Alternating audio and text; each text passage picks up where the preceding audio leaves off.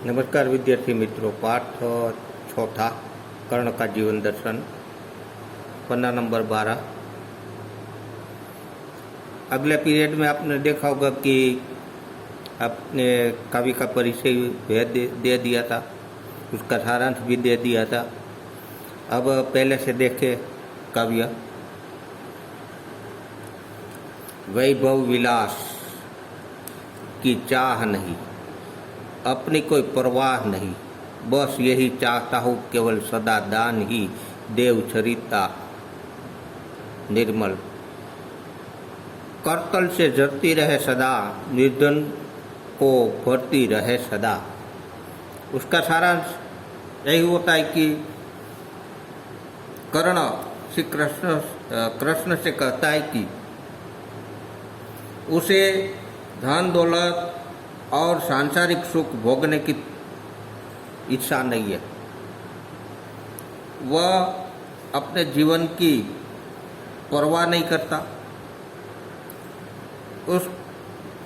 उसकी बस यही इच्छा है कि उसके हाथों से सदा दान की पवित्र नदी, झरना या नदी सदा बहती रहे और निर्धन को सुखी बनाती रहे, यही अभिलाषा है। और आगे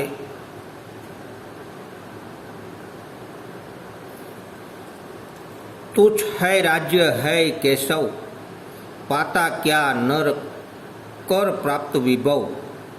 चिंता प्रभुत अकल्प्य हास, कुछ चाक्य चिक्य, कुछ क्षण विलास।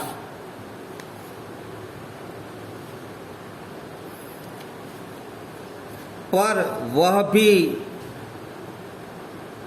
यही गवाना है, कुछ साथ नहीं ले जाना है। यहां से देखे सारांश।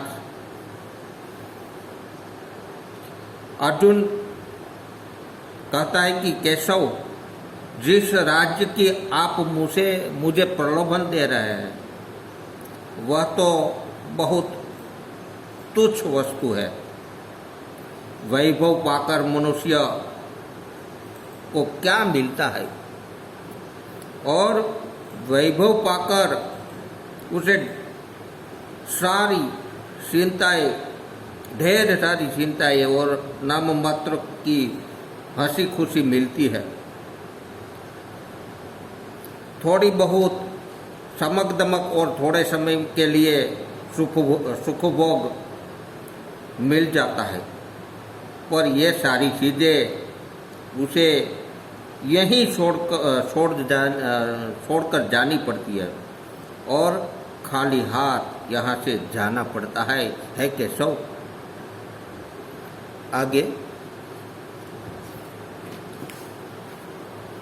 मुझसे मनुष्य जो होते हैं, कंचन का भार न ढोते हैं।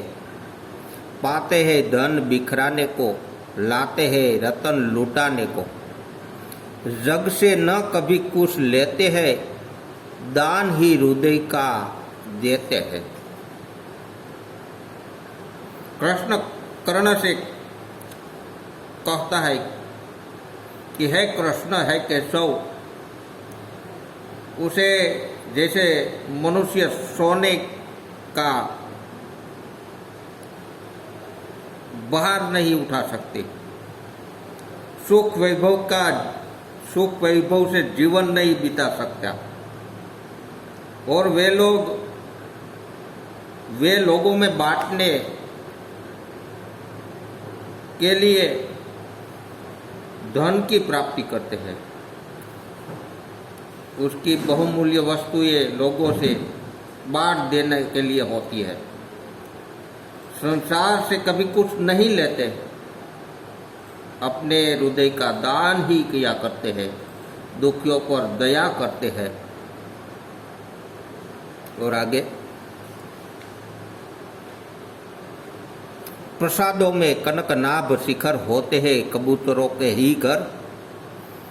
महलों में गरुड़ का न होता है, कंचन कभी न कंचन पर कंचन पर कभी न सोता है। वसता है वह कहीं पहाड़ों की दरारों में, सेलों की फटी दरारों में। प्रसाद यानी कि महलों में, सोने जैसी चमक दमक पाने वाला राजमहल यानी कि प्रसाद, प्रसाद या राजमहलों की चोटियाँ या दरारों कबूतरों के ही घर बनते हैं। गरुड़ पक्षी कभी महलों में नहीं होता, वह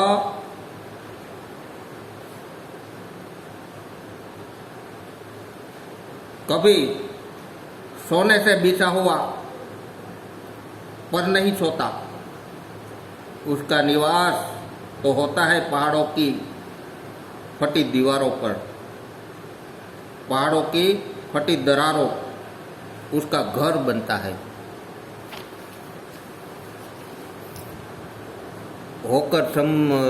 आगे होकर समृद्धि सुख के अधीन मानव होता है नित तपक्षीण। सत्ता किरीट मणि में आसन करते हैं मनुष्य का तेज हरण। नर विभव हेतु ललचाता है पर कहीं मनुष्य को खाता है।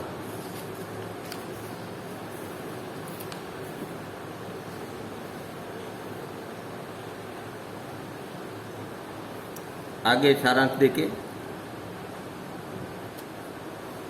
धन दौलत के सुख का गुलाम बनकर मनुष्य अपनी तप तेज को खो देते हैं। राजपद, मुकुट और मणियों से जड़े हुए सिंहासन मनुष्य के तेज को हर लेते हैं, उसे प्रभावहीन बना देते हैं। मनुष्य धन संपत्ति पाने के लिए ललचाता है पर कहीं धन संपत्ति उसे नष्ट कर देती है, वही धन संपत्ति उसे नष्ट कर देती है। आगे पन्ना नंबर 13 अगले पीरियड में लेंगे। अस्तु, जय हिंद।